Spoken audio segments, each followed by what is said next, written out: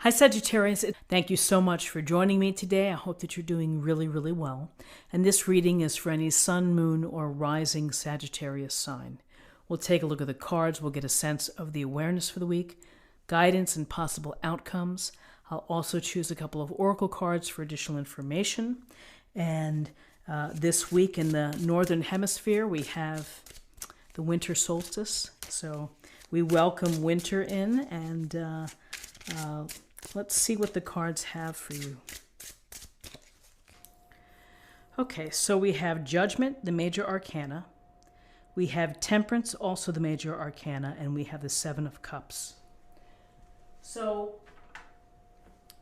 Judgment. Here we see the naked people rising out of their coffin, greeting the angel who's blowing the horn, blowing the fanfare.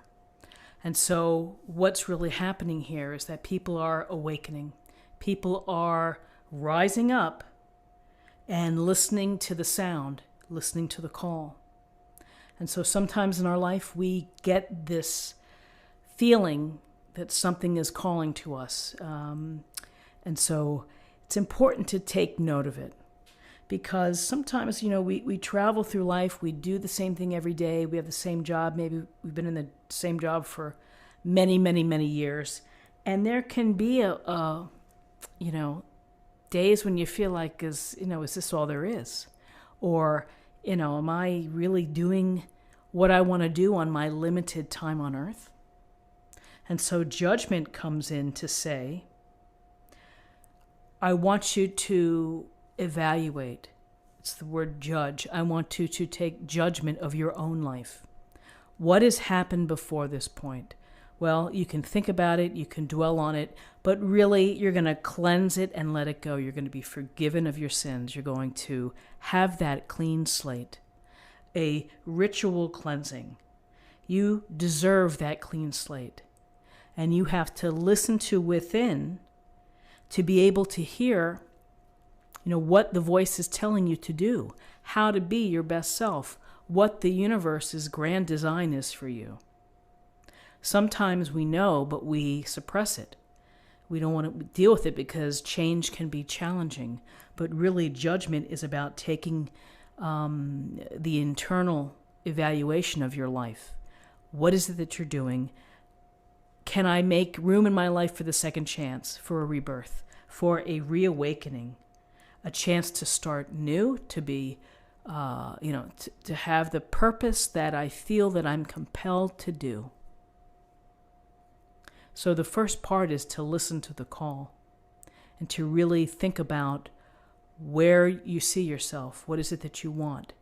If you were to be reborn, if you were to have a second chance, where would that path take you? And so this judgment can happen at any time, at any point in a lifetime. It doesn't matter age, but it really is this internal movement that you feel that you have to do something. And again, reawakening, transformation, change, second chance. So with this internal view and internal process, here's Temperance, which is saying, make sure that you take care of yourself in all aspects of your life, integrating your emotional health, your physical health, your mental state, and that you are treating each of them kindly and gently so that you feel balanced, so that you don't feel that you're not equal in certain areas of your life, that if you're working 100-hour weeks, that's an extreme. And so perhaps there's something you can do to regain balance. Temperance is about finding the middle ground. It's about doing what you need to do to restore, to allow yourself to catch your breath, and to, create a better vessel so that when you do have rebirth and when you do make changes, that you're in your best possible frame of mind, not only mentally and emotionally, but physically as well.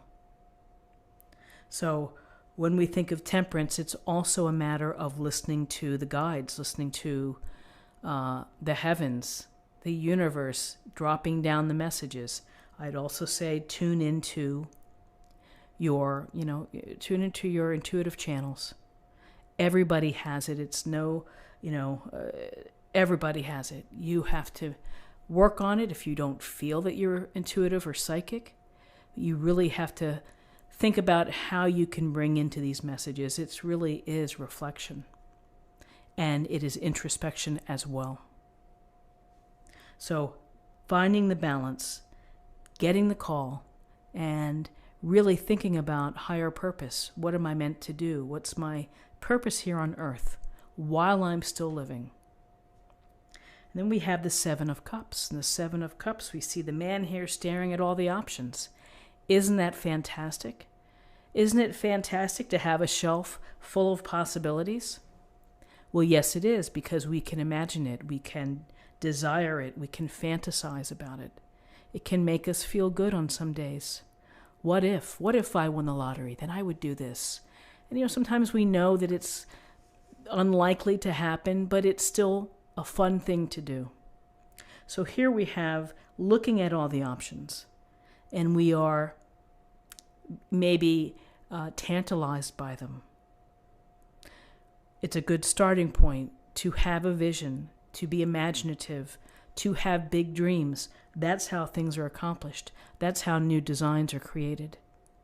And so with the Seven of Cups, what is this saying? That in terms of your possibilities, that you have choices. You have probably a lot on your mind that you think might capture your highest purpose. The real trick is to try to hone in, perhaps, and prioritize one of the cups and pursue that area. You may find along the path that maybe it doesn't work, and then you pivot and you shift into something new. But it's the dreaming big, and it's the listening to the call, and it's actually, as the Beatles said in Hey Jude, the movement you need is on your shoulder. And it's on you to make the moves in order to have a reawakening. Starts from within. So, Seven of Cups, options, possibilities, things that you dream about or fantasize about. And again, sitting around eating bonbons and just fantasizing every day may not get you on a new course. You have to maybe hone in, think about what you're going to do, give it a shot. If that doesn't work out, then there are other possibilities for you. There always are, and sometimes in the darndest places, an activity or something that you've done really strikes a chord. So I think it's a lovely spread for the day. Let's take a look at what we have in terms of numbers. We have, put my glasses on, we have 20 and 14, that's 34, and 34 and 7 is 41, and 41 reduces to 5. 5 is can be challenges, can be about conflict, having to be flexible and to adapt, and, it also can signal new changes, a new cycle. And then finally, let me choose an oracle card for an affirmation for the day.